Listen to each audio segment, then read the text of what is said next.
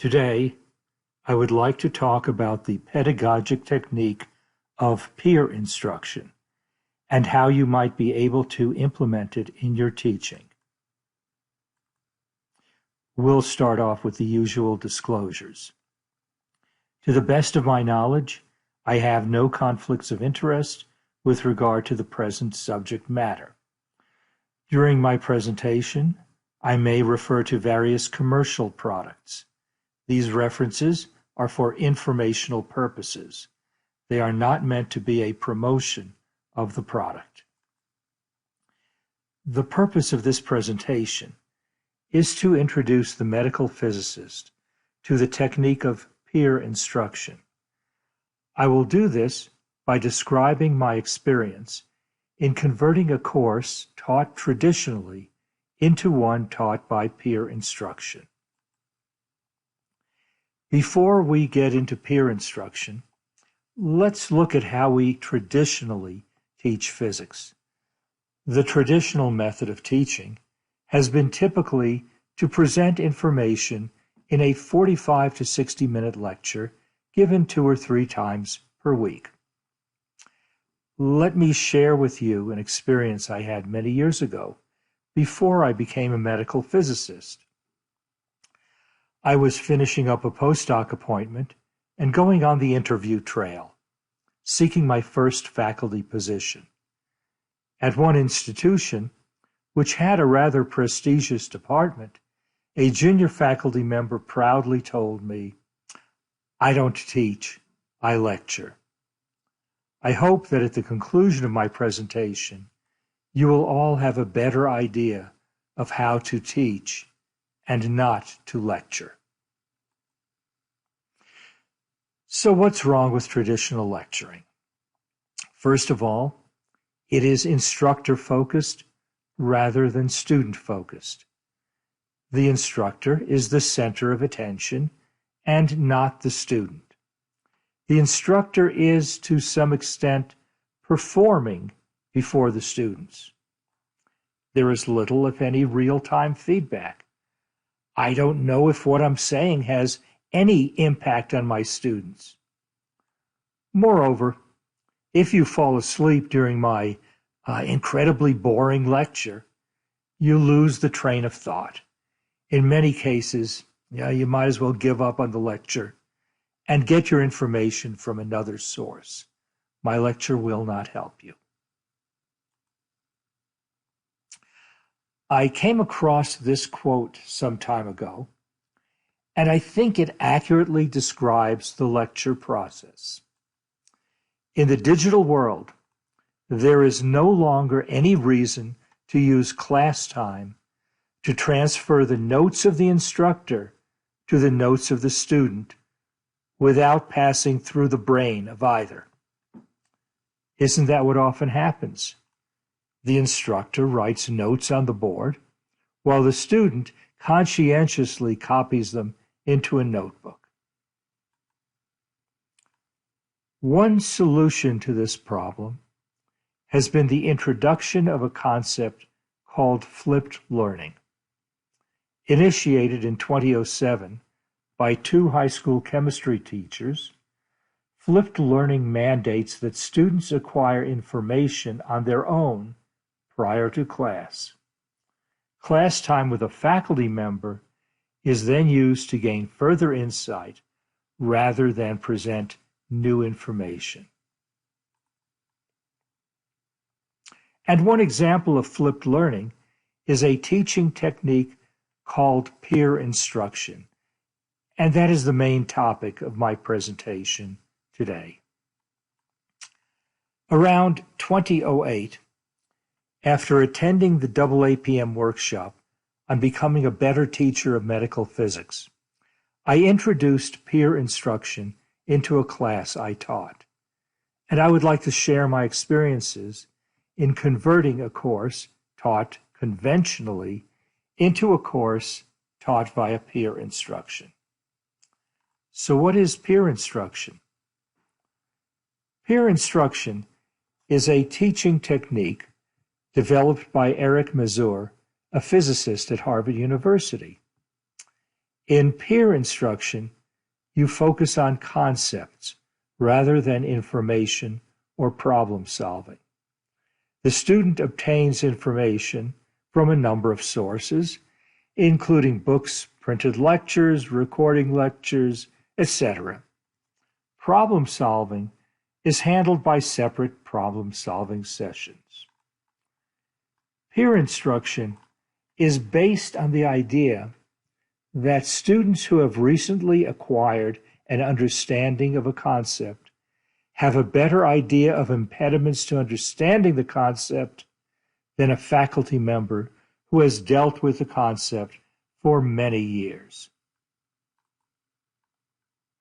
So how do you convert a class session into peer instruction? In preparing for a class, I typically identified 4 to 8 concepts that I wanted to present in class. Fewer than, say, 4 concepts, and you are probably not covering sufficient material. Greater than 8, and you're probably covering too much. Based on these concepts, I developed what Mazur calls concept test questions. The concept test questions form the basis of the class session. They are a set of questions that focus on each of the concepts that I planned to present that day. It is important to note that they do not simply require the recall of facts. They are not solvable by plugging numbers into equations. Calculations are generally not required. If they are simple. Concept test questions are multiple choice questions, usually with 3 to 4 distractors. Here is an example of a concept test question. I presented this one in a session on radioactive decay.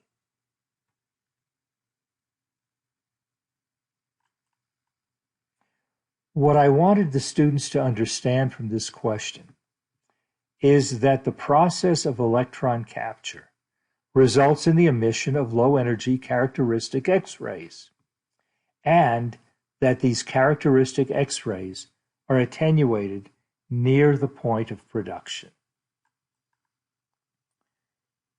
Here is another example of a concept test question. I presented this one in a session on Compton scatter.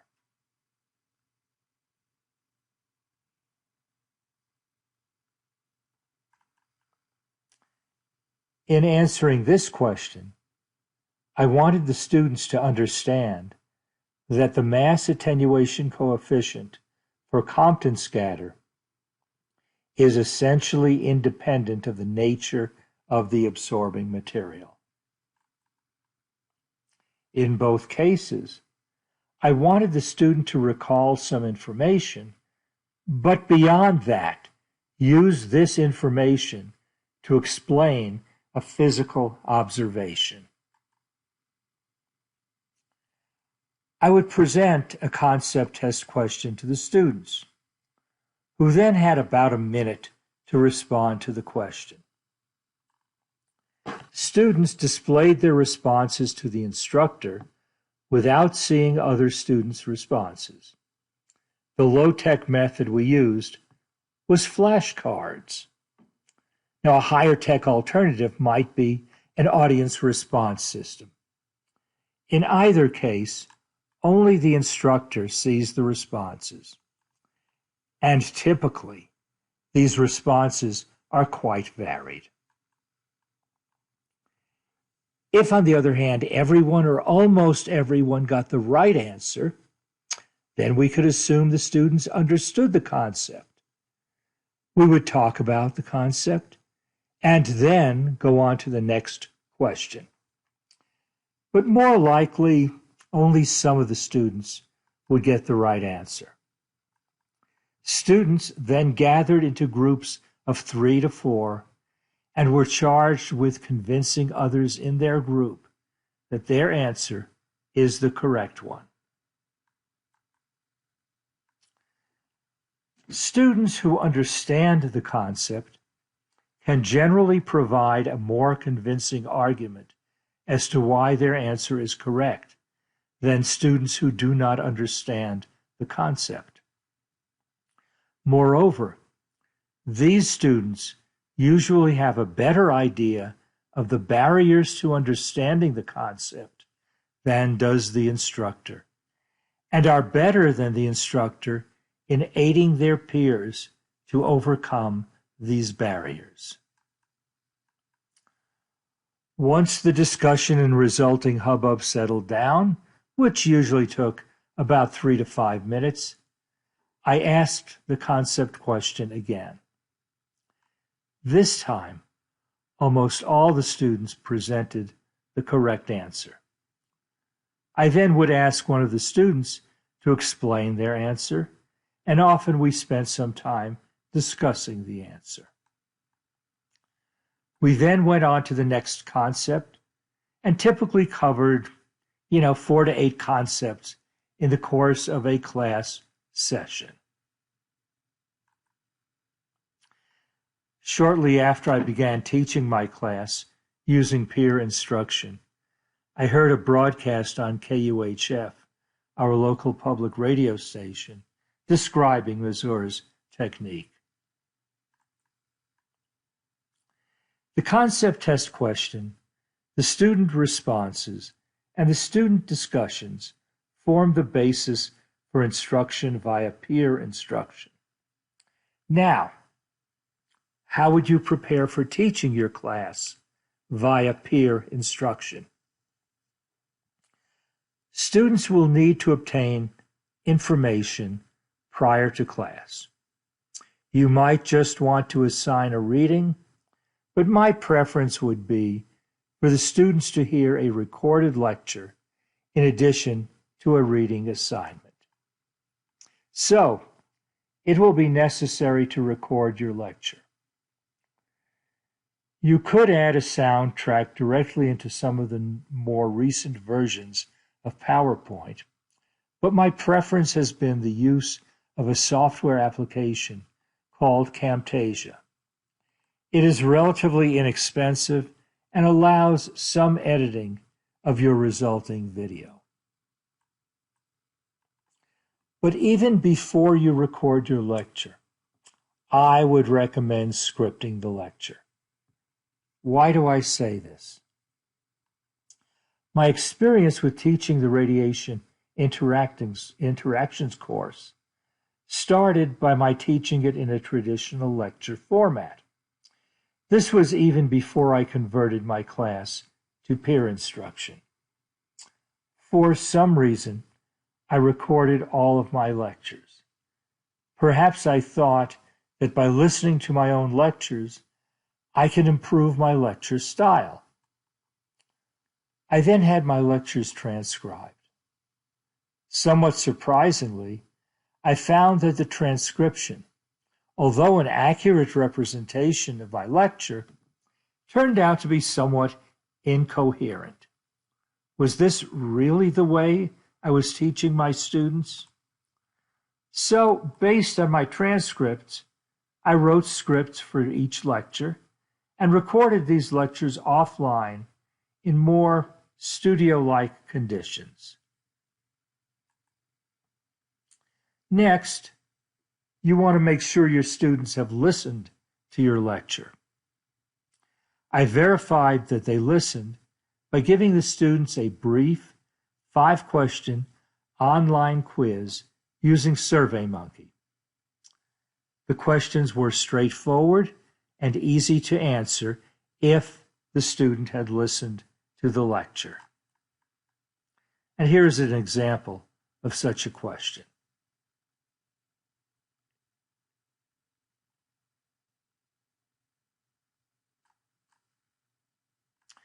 At the end of the quiz, I asked if there were any issues that were not clear to the students at that time. I then used the first part of each class to answer these student questions. Now, let's go into the classroom and see what my class looked like. I began the class by going over those unclear points identified by the students in the pre-class test. Whenever possible, I tried to get the students to answer these questions. If multiple students had difficulty with a particular point, that was a prompt that perhaps I did not explain things well in the lecture, and I should revise that part of my lecture for the next time I taught the class. Next came the concept test questions that formed the core of the peer instruction process.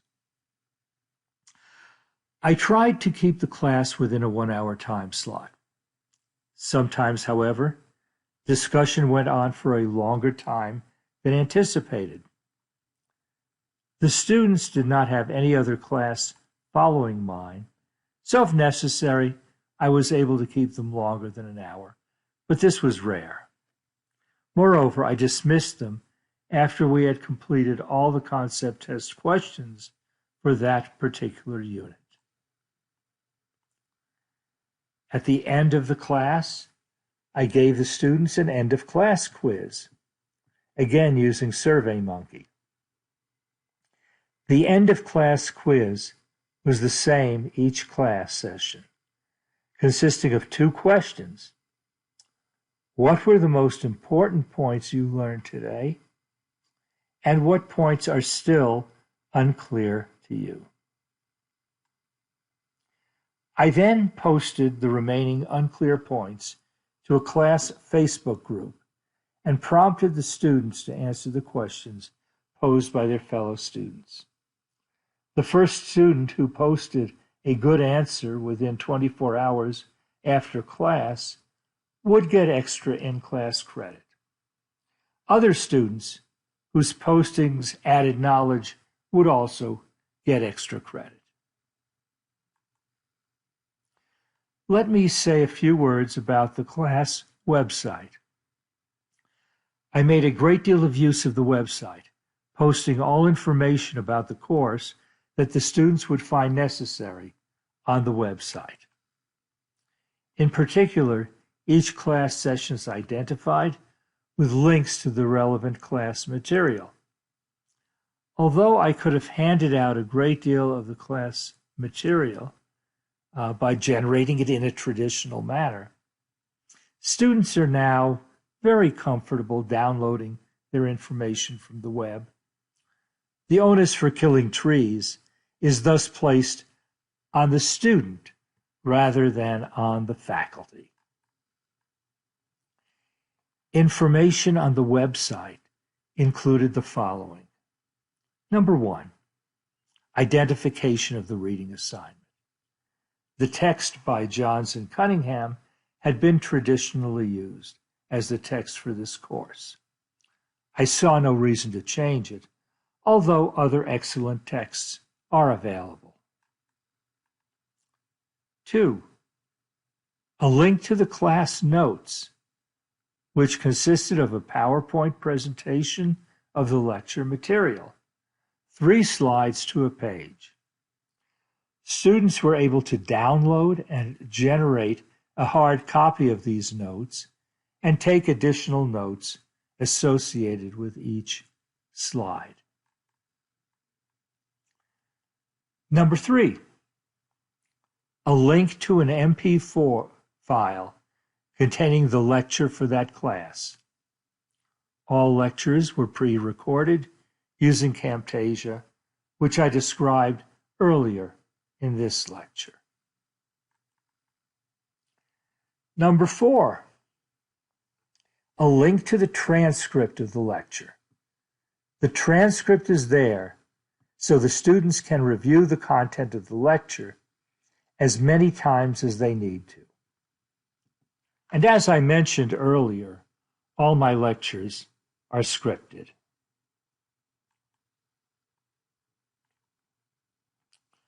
I also wanted students to be able to apply the concepts they learned in the solution of problems. The students were assigned problems at the end of each lecture. These problems were due 1 week later. The problem sets were worked out during weekly problem sessions. Each problem session started off, however, with a guesstimation problem. The guesstimation problems were designed to develop the student's skill in estimating answers to problems, even if they had no knowledge of specifics. The guesstimation problems focused on strategy, not so much the actual numbers. Here's an example of such a problem with deference due to Enrico Fermi.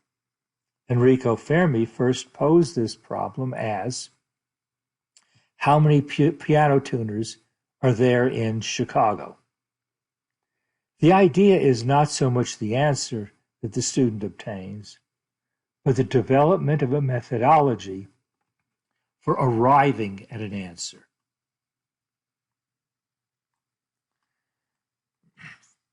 The first guesstimation problem the students were asked to solve is, how much money changes hands during the annual Houston Livestock Show and Rodeo?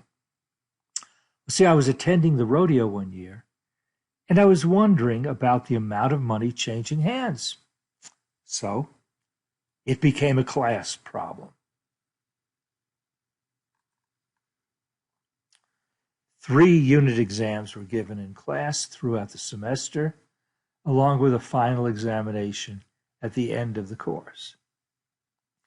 Exams were closed book, but I provided the students with tables of numbers they should know how to work with. My grading scheme was as follows. 40% of their grade was based on their final examination. Another 40% of the grade was based on the average score of the 3 in-class quizzes. 10% was based on classroom participation. This included doing the pre-tests, giving good explanation of answers to concept test questions, with up to 5 points extra credit given for answering students' questions on Facebook. Finally, 10% of the grade was based on performance of homework assignments. I then looked at all the students' grades and set dividing lines between obvious gaps in grades. The division between A and B was placed between 85 and 90. B and C was placed between 75 and 90. Note, I did not grade on a curve. I had specific expectations of my students, acquired knowledge, and if they demonstrated they achieved this knowledge, it was reflected in their grade regardless of how other students performed. I did not want students competing against each other for grades. I had enough confidence in my ability as a teacher that my examinations were neither too hard nor too easy. After I had been teaching this course for many years, I came across an op-ed article in the New York Times Sunday Review of September 10th, 2016, entitled, "Why We Should Stop Grading Students on a Curve." The article was written by a professor at the Wharton School at Penn and basically confirmed everything that I have done with grading.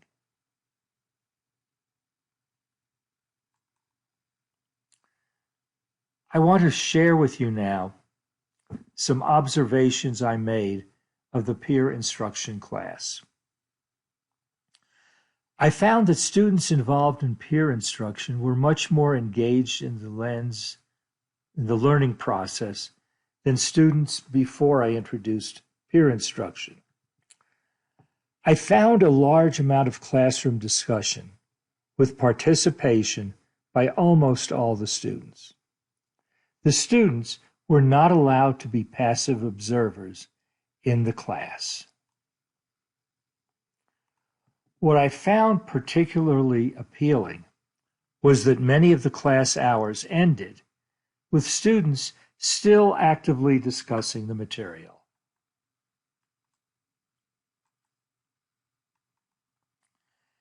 At the end of every semester, the graduate school requested reviews of each subject. Reviews of my class were uniformly positive, and here are some excerpts.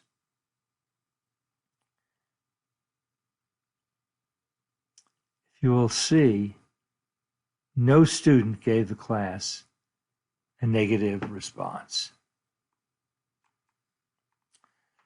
So how is my class different from the way I originally taught the subject? First, I scripted and recorded all my lectures. Next, I prompted the students to identify points in the lecture they did not understand. These points were addressed at the very beginning of class. The outbreak of the coronavirus has prompted many classes to go online, and I had often wondered whether or not this manner of instruction could be taken online. At the time that I taught the course, I believe there were some barriers to online instruction, but I believe that presently, with some minor modifications, the course could be taught online. Here are the changes I would make. First of all, I would use a group communication platform such as Zoom or GoToMeeting to host the class. Because I am more familiar with Zoom, I will describe applications in Zoom that would enable online instruction. The responses of students to the concept test questions should be relatively easy to obtain using the chat utility in Zoom. Students could communicate their responses directly to the instructor without other students knowing what their response is. In Zoom, and in some respects, this might even work better than the use of flashcards that I used in class. The discussions that follow the initial response to the concept test question could be handled in Zoom using breakout rooms. Students could even be pre-assigned to breakout rooms at the beginning of the semester. I believe that once those changes are made, a class could be taught via peer instruction online. Finally, the take-home messages from this presentation are that we can enhance our roles as teachers by providing our students with insight and understanding, as well as guidance as to how to process the information that is accessible to them. Peer instruction is one way in which we can aid our students in achieving understanding of concepts. For many, adoption of new techniques may move individuals out of their comfort zone as teachers. But one of the ways that we learn is by going beyond our comfort zones. In closing, I want to share with you this thought about medical physics teaching. Our role as medical physics teachers is not to teach our students medical physics. Our role as medical physics teachers is to teach our students to learn medical physics. Thank you for your time and your attention. If you have any questions about this presentation, please feel free to email me. Here is the contact information.